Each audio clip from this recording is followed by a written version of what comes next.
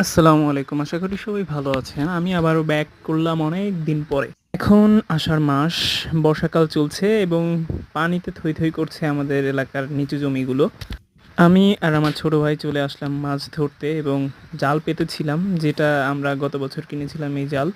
আর এইটা হচ্ছে কারেন্ট জাল। এটাতে মাছ যেটাই আসুক না কেন এটা আটকে যাবে। তো এইখানে ছোট, ছোট কই, ছোট না ভালোই বড় হয়েছে কই আমরা ধরছিলাম।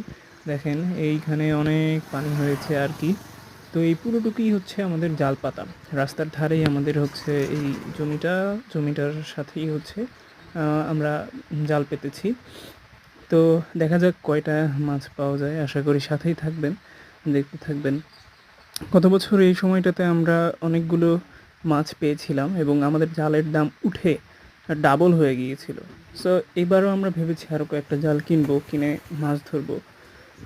শেষমেশ আরেকটা কথা বলি, ছোট ভাইয়ের পায়ে যোগ ধরেছিল এবং যোগ আপনারা যদি না জানেন পরবর্তী ভিডিওতে আবার ধরলে আমরা দেখাবো যোগ কাকে বলে।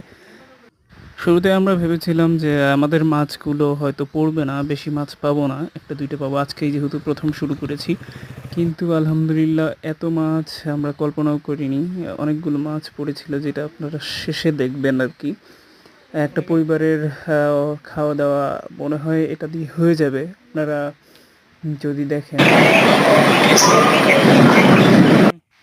ভিডিওটার এত লম্বা করছি কারণ লম্বা হয়ে গিয়েছে আর মাছ ধরাটা দেখানোর চেষ্টা করেছি কীভাবে ও মাছগুলো কালেক্ট করছে।